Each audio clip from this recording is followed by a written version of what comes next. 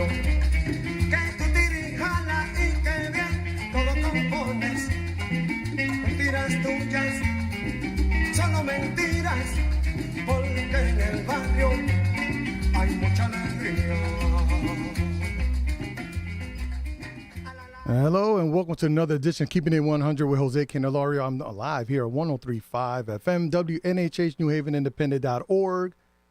You can see us streaming there. You can hear us on the radio. You can watch us again on Facebook, or you can watch us on Facebook right now. If you got any questions, holler at us. My guest right now for the next half hour is going to be none other than one of the legends here in New Haven, Mr. Rodney Williams, a.k.a. Rock, a.k.a. Black Jesus, a.k.a. Mr. Man. Always here to help the community, always here to serve the community. Businessman extraordinaire, entrepreneur. You just, too many titles for Rock right now. Thank you, Rock, for coming on. Appreciate the opportunity to be up here. We have a lot to talk about today. As always, we always have these offline conversations. Now we're going to try to bring them online. Where you want to start? You tell me where you want to start. I want to start by first thanking Paul for giving me the opportunity to get a show where people like myself could come up here and have a conversation, because basically the conversations that we have, they need to be had in on this station, so the community get opportunity to hear some of the things that we talk about, because it need to be talked about on a level like this in order for change to happen. So I want to thank Paul for giving me the opportunity, creating a platform for people like myself to come up here and speak about this. And we got technical support by Harry Draws here. He's always lending a hand. But yeah, Paul, thank you, Paul. I gotta thank Paul, because if it wasn't for Paul, we wouldn't be here and giving us this platform. So let's use the platform. Let's use this platform. Let's talk about the youth. You want to talk about the youth situation here in New Haven? You want to talk about the education system? What do you want to talk about? I'm gonna piggyback. Jihad came up. He talked about a lot of issues that's going on with these young kids, and I'm gonna piggyback and just bring it back a little. Before we go, can we talk a little bit about the guy who got paralyzed in a paddy wagon? Can we touch on that a little bit? It's a big issue. It's a big issue right now in the community. It's a buzz story. It's a super buzz story. It's a super buzz story. I would tell you this. You can correct me on some of the details for our audience, but there was an altercation, or the cops were called to a situation in the neighborhood. They they didn't throw the person, but they placed the gentleman or the person incarcerated in the back of a paddy wagon. Mm-hmm. Certain things happened on the way to the precinct, in which left the assailant paralyzed. Am I correct or wrong? But paralyzed, and the full blame has been put. It's been going back and forth, but a lot of the blame was put on the police. What have you gotten out of this situation, and what are some of the facts you want to stick to? Well, one fact that I want to stick to is that you never could defend stupid, and I always say that, and I'll never defend stupid. Let me just tell you, my prayers first of all is going out to the young man who right now is in a bad situation. I would say that I've always supported the chief, and my thing was that he's the chief for right now, and I feel like he is, and this community need to give him the opportunity to show you that. These officers, in my opinion, did several things wrong, and it's about accountability and not defending when somebody do something stupid, because to me, what they did was real stupid. A lot of times you see people do crimes in the community, and then they try to cover up crimes, and then after they get caught, you say to yourself, man, they was stupid, because this is why they got caught. When you look at what happened to this young man and what it looks like the cover-up, it was real stupid. And in our community, we have residents that are doing some crazy, stupid things in our community that we need to figure out to get out of our community. And I tell you right now, they need to get arrested. I want to be clear about that. But there's also some officers that on the police department. We need to figure out how to get rid of them too. But right now, my understanding is everyone that was involved in this situation has already been suspended. I tell you, again, I feel like he is the chief for right now, and I would say that this community need to pay attention to how he move. Because that's one thing he did. The other thing that I've heard was that he's actually going to change some of the paddy wagon situations. Actually, put seatbelts in those That's things. Because right now, I guess there's. I've never been in one. I've been in one before. Ain't no seatbelts in it. Ain't no seatbelts in it, huh? So you're just flopping around back there, and especially if there's only one person. I mean, if there's six of us, we're pretty cuddled in. I think that when they look at transporting, they don't look at us as people, because we are people. When you get in your car and you put your kids in your car, you put a seatbelt on, and you put your kids in a seatbelt on just in case you have an accident. When we are transported, we are not treated like precious cargo. They just put us in there like boxes. And I think he's on top of that right now, and I'm sure that because of this incident, a lot of people looking at a lot of things that need to be changed. And I'm sure he gonna stay on top of it. But, I mean, he is relationship first. I mean, that's one of the things that he came in here a couple of weeks ago. We talked about was he wants to build stronger relationships with the community. This incident is one of those setbacks. This is one of those things that deter that communication, collaboration, relationship to mature or develop. Well, here's what I look at. You know what I mean? He ain't even get sworn in yet. He don't even have a contract. And all hell is breaking loose underneath his watch right now. Right now, he is the captain of the ship, and his job is to navigate this department through and also build a relationship with the community where there's transparency, and he needs to be a chief for the residents and a chief for the police. And I feel right now, that's what he's doing. Okay. All right. Very good. So we're going to move on. Let's go. We were talking with Jihad about youth and crime in the city. It's pretty, I can't say it's a pandemic because people are just finally getting back out and we're interacting, we're getting back to normal interactions. So now we're getting back to normal crime levels. And the youth is involved. What can we do? Is it our education system? Do they need more things, more activities to keep them busy? I think everybody got to own their luggage. I think that there's a problem with our district, and there's a problem with some of the parents. Everybody got to own their luggage, and that's why when you say keep it 100, keeping it 100 is everybody owning their luggage. Like, we can't blame the district for everything, although we could blame them for a lot.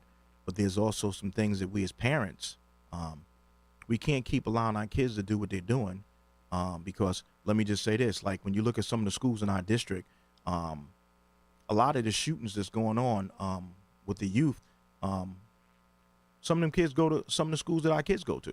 And I don't feel like that should be the case, that we send our kids to school to learn and try to get them to go to another level, and then they wind up being in some schools with kids that's out here shooting people.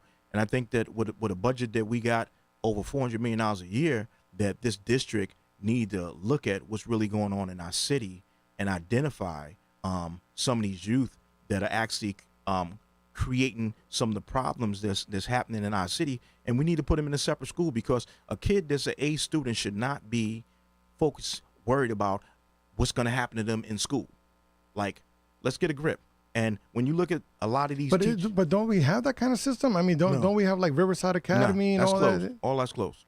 All that's done. They closed a lot of them schools down, and they wind up putting these kids, scattered them out into all the schools. So when you look at what's going on right now, by them not having a system where we could identify kids like that and put them in a certain school, they just spread them out across the district.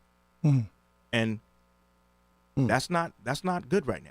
And when you look at the curriculum that they're teaching right now, a lot of teachers, even when I graduated from Hill House in 1984, majority of teachers that are teachers, they got houses, they don't put their kids through college. But when you look at the curriculum that's actually being taught right now, and I talked to a young gentleman that graduated from Eastham before I came here, because I talked to you about listening to a song, and the song was called Order My Steps. And I listen to stuff like that because I wanna speak about what I should speak about, and I like for God to tell me what I need to talk about, and not me be about me. Mm-hmm. And so when I seen this young man, I said, I know what I'm thinking, but I asked him, you graduated from ESUMS, everything that you was taught, anything that you was taught, is it helping you navigate through life right now to get you where you need to be? And he looked at me, he said, no, Big Rock. And he went to ESUMS. Mm. What I'm here keeping it 100 is saying to you is that the school system in New Haven gets between $350 and almost $400 million. Mm. Look at the Black and Hispanics that are graduating out of our school system. Not saying that some of them are not going to another level. The majority of them are staying right here in New Haven. If you look at the work that's in our region, where these buildings are being built in our city, people are moving here, moving into these high rent apartments because there are jobs here that are paying good money. That's what people don't realize. They are. The biotech industry is taking off. Yeah, and where is the biotech being taught in our school? Like, so you got teachers, they got houses, paid off their mortgages because of the career that they took and what they learned. Mm-hmm. I would say that we need to hit the pause button. How about teaching our kids some things that they could have the same thing? Because right now, go back 10 years. Get the information. Do the study. How many kids 10 years ago graduated, lived in this city, got a good job, and brought a house? Mm-hmm. Majority of them still, a lot of them living with their parents still. Yeah. Well, lack of financial literacy, lack of education, lack of prep, career prep, it sets people back. And when you look at what Jihad is dealing with, Jihad is dealing with some young men that and there's 2% of the population. Not a lot. They looking for few men. Where their future at. Yes. So I'm asking this: if they was really taught something that could help them see a future, would they be doing what they're doing? And the truth is that I feel is like you can't save everybody. Some of them still gonna do what they do, but some of them not. And I feel like we should save as many people as possible. These youth. When you talk about a second chance, the governor giving second chance, this and that. The truth is this: we never got a first chance. The first chance is a good education. Number one. If you give first and foremost, if you give us a good education, it gives us the opportunity at better jobs. Lack of education lands us in the street, doing what we're doing, looking for a second chance. And lack of education leads to insecurity, because you don't feel like you are up to snuff compared to everyone else, and those insecurities manifest themselves in very, very negative ways. So I do agree. Thank you, Ms. Bab Rowell. Bab says, great conversation, by the way. Appreciate that. So, but you are right. The youth, we were talking about earlier, and how their cognitive behavior therapy and all that, but it does start in the education system. Hope and dreaming, like there are jobs out there, right? We're talking about jobs, like even in comedy, there's jobs out there beyond comedy. Stand-up is not the only thing. But I had to learn over time about, wow, I can be a writer. I don't have to be on stage. I can be a writer. I can do other things within comedy but without that education, without someone showing me those things, I didn't know that I can dream of those positions. You know what I'm saying? I didn't know there were more things to aspire for, because the system didn't tell me that. They didn't teach me that. They only taught me to be a lawyer or a doctor. But they didn't teach me that, there's biotech, that there's engineering, there's computer sciences. I mean, fortunately for me, I went to high school in the community, so we were a little more brought along differently than other students because of the method that they taught at HSC. But people at Hill House and Cross didn't get the same high school experience that I got. And you it was very brought up distinct. a good point about teaching. So years ago, when I was in high school, I feel like how we were taught in 2022, you might be teaching the same curriculum, but how you teach it to them has to change. Yes. And it's not. No. And I think that's why I feel like this district is failing failing our students, and there need to be a pause button hit, reevaluate what's going on. We just not came out of pandemic for the last year. You know, a lot of the kids wasn't even in school, so it's like a lot of them they're graduating. But what were they really taught? Nothing. You know, I mean, a lot of you- people you- were just passed. Right. It was pass fail. You didn't want to hold them back because of the pandemic, but what you really did was you put them out into the water for shark bait. Yep. Because right now, they lost. Mm-hmm. They They're got a underskilled. degree. They got a diploma that's going to enable them to do what? Very little. Very, very little. Very little. And it's wrong. You know, teachers are still getting paid. We're spending hundreds of millions of dollars educating, well, so-called educating the youth, and they're not really getting educated. And it got to stop. And it got to stop like now. Like this crime and what's going on in our community is not going to change until we peel everything back. Like there's a certain group of kids we're going to have to figure out how to straighten them out. That's another job. But the ones that's not out there yet, the next wave, we can prevent them from doing what these kids doing now if we change how we teach them. And I agree, because right now one of the biggest things and one of the biggest proponents that I'm about and I support is emotional quotient, EQ, emotional intelligence, the EQ. I was telling you about that earlier. That here in New Haven at the Yale they have an emotional intelligence institute. It was developed here at Yale by the Salve and Peter and a couple other guys. They develop emotional intelligence, but why aren't they using us? You know, they're taking this education and sharing it with other communities, but we're right here in New Haven. I think we can really benefit from that kind of transitions from focusing on IQ to focusing on EQ to help people with their insecurities and help them develop emotionally stronger than what we are doing right now. Well, I think that, since you said keeping it 100, do you really feel like people are really concerned about really educating Black and Hispanics? No, it's not a priority. It's never been a priority to make sure that we elevate our youth in the inner city. Listen, when you look at what we're being taught in the Black and Hispanic districts, not just in the city, in the state, when you look at in the suburbs around by electric boat, what they teach them, they teaching up there in the schools how to get a job at electric boat. Yeah, but we don't teach kids how to get a job in a big old biotech building right here on George Street. Right. And my point is that we have people that we need to hold accountable, that need to press the pause button, reevaluate what's going on in our region, so our district start educating for the jobs in our region to save our kids' future.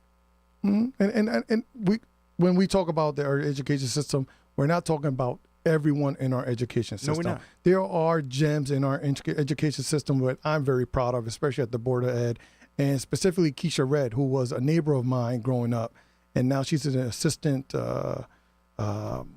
position. She's a bigwig down there at the Board of Ed, but she went to Hull House. She went to HBCU, came back to New Haven. Now she's serving our community at a high level. Okay. So people like that, I applaud for coming back because they're in tune with our communities. Okay, well, and listen, that's where you sit. I tell people like we all on the same mountain, and when you look out from where you at, that's what you see. When I look out from where I'm at, I see what I see, and what I always try to do is check the pulse of what's really going on. And I'm gonna tell you this: a lot of people work for the Board of Education. They get a damn good salary, and they're sitting there continue to get a salary while the kids in our community continue to get what they get. And we're not evolving. They're not getting educated. The thing is, I'm not here trying to push the Board of Ed saying that they're doing a great job, because the truth is this: they need to be doing better. It's time to evolve. I'm not saying that they haven't. They need to evolve. I mean, things have I know changed. all of them down there. Any one of them you name, I know them and they know me. And the other thing I want to talk about, since we want to keep it real, is that like when I talk about there's a time that right now is the time for the chief to be the chief, to navigate us through what we're going through, I'm going to switch over to the Board of Education. And I just feel like right now, to me, and this is not about me disrespecting my elders, because I'm 56 years old, I got grown kids, and I got grandkids. But I just feel like the future for my grandkids should not be decided by somebody that's old enough to be my grandmother. Okay? I feel like this district need to find somebody younger to take over the ship, to bring these kids to their future. Because the superintendent of schools right now, when she was younger, the things that she thought about was going to be her future, she's seen it. It's came and gone. And it came and went. Right. Times have changed already. Right. And I just feel, you know what I mean? And this is how I feel. And no disrespect to no elder. I'm not up here trying to disrespect somebody that's older. I'm trying to respect the youth that's coming up and make sure they have a future. And I think I'm gonna piggyback on that, because we're talking about the leadership in our communities, right? We're talking about, and not even in Board of Ed, but we can talk about our nonprofits. Because in our nonprofits and the people that sit on the boards of nonprofits, these are older people. There's no one in my age group that's running things. I'm 45, and I'm pressed to find other 45-year-olds in my city who are as talented, even smarter than I am. I mean, I will admit there are smarter people, lots of them here in New Haven, that could be running organizations, can be in the Board of Ed, but they're not offered that opportunity. They're not developed to take advantage of opportunities. They're not mentored to get there, because it's not like we don't have the talent here that can help ourselves at any level. And even at the Board of Ed, they do got to get I feel like every organization has to get younger from the top. Listen, nobody gets in a position that's going to know everything. There's a learning curve, and given opportunity to do the job and learn what need to be done needs to happen in the Board of Education. You know, like a lot of the people that's working there, there's a window of opportunity, and to me, I think a lot of people not retiring because the way the economy is now, how everything is high, and maybe they didn't plan what they planned for retirement to be able to keep what they got, but not trying to be funny and not being disrespectful. That's wrong. But on the other end of this, right now we do have a teacher shortage in New Haven. We did have a great resignation within the school system. What we don't have is minority teachers applying for these positions.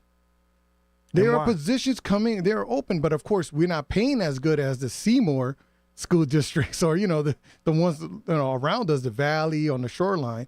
So we might not be able to retain minority, because we're a commodity. But listen to this though. Go ahead. A lot of times people leave a district for a reason, and a lot of times people don't want to come to a district for a reason. So when you're looking at people leaving and people not coming, you know what I mean, you need to look at what's really going on in the district, and that's what nobody doing.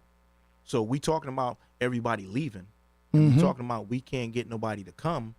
Why they leaving? Why they not coming? It's because the district, you know what I mean, we need to, hit the pause button and change some things. And come up with a plan. Create an environment that's conducive for young teachers to make the teachers want to come and want to work with our students and contribute. I agree. But time out there, we got to talk about the students, because when we talk about keeping it 100, you know what I mean? We don't. Some of these kids came out of COVID. They came out of COVID with misbehaving. Listen, even before COVID. Even before.